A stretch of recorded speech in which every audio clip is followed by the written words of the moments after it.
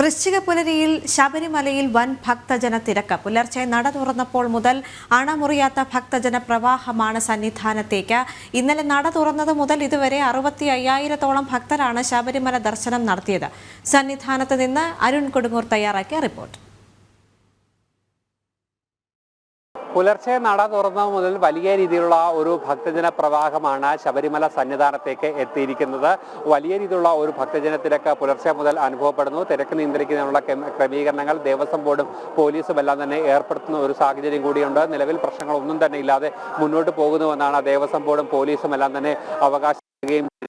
എന്തായാലും ഇതുവരെ 60,000-ഓളം തീർത്ഥാടകർ ഇന്നലെ നട തുറന്നു മുതൽ ഇതുവരെ 60,000-ഓളം തീർത്ഥാടകർ സന്നിധാനത്തേക്ക് എത്തി എന്നാണ് ദേവസ്വം ബോർഡും പോലീസും വ്യക്തമാക്കുന്ന കണക്കുകൾ. ഇന്ന് 70,000 പേരാണ് വെർച്വൽ ക്യൂ വഴി സന്നിധാനത്തേക്ക് ശബരീശ ദർശനത്തിനായി ബുക്ക് ചെയ്തിരിക്കുന്നത്. അതോടൊപ്പം തന്നെ സ്പോട്ട് ബുക്കിങ്ങിലൂടെ എത്തുന്ന എന്തെങ്കിലും വൃശ്ചിക പുലരിയിൽ സ്വാമി അയ്യപ്പനെ കാണുക എന്നത് ഏറ്റവും പ്രധാനപ്പെട്ട കാര്യമാണ്. അതുകൊണ്ട് തന്നെ അന്യ സംസ്ഥാനങ്ങളിലടക്കം തീർത്ഥാടകർ സന്നിധാനത്തേക്ക് വ്യാപകമായി എത്തുന്ന ഒരു സാഹചര്യം കൂടിയുണ്ട്. എന്തായാലും വലിയ രീതിയിലുള്ള ഒരു ഭക്തജന തിരക്ക് വരും ദിവസങ്ങളിലും ഉണ്ടാകുമെന്നുള്ള കാര്യത്തിൽ സംശയമില്ല. ഇത് മുന്നിൽ കണ്ടുകൊണ്ടുള്ള ഒരു ക്രമീകരണങ്ങൾ സംവിധാനങ്ങളൊക്കെ തന്നെ ഏർപ്പെടുത്താനുള്ള സജ്ജീകരണങ്ങളൊക്കെ തന്നെ ദേവസ്വവും പോലീസും തന്നെ ഏർപ്പെടുന്നു. കാരണം കഴിഞ്ഞ തവണ അത്ര വലിയ പ്രതിസന്ധികളായിരുന്നു ഉണ്ടായിരുന്നത്. തിരക്ക് നിയന്ത്രിക്കുന്നതിൽ പൂർണ്ണമായും പരാജയപ്പെട്ടു. അതോടൊപ്പം തന്നെ തിരക്ക് നിയന്ത്രിക്കുമ്പോൾ അല്ലെങ്കിൽ അശാസ്ത്രീയമായ പരിഷ്കാരങ്ങളൊക്കെ തന്നെ ഏർപ്പെടുത്തേണ്ട ഒരു സാഹചര്യങ്ങൾ അത് ഭക്തരെ സംബന്ധിച്ചോളം വലിയ ബുദ്ധിമുട്ടുകൾ ഉണ്ടാകുന്നു. മണിക്കൂറുകൾ വരി നിൽക്കേണ്ട അവസ്ഥ വരുന്നു. നിലയ്ക്കലും പമ്പയിലും എരുമേലിയിലും പത്തനംതിട്ടയിലും ഒക്കെ തന്നെ തീർത്ഥാടക വാഹനങ്ങൾ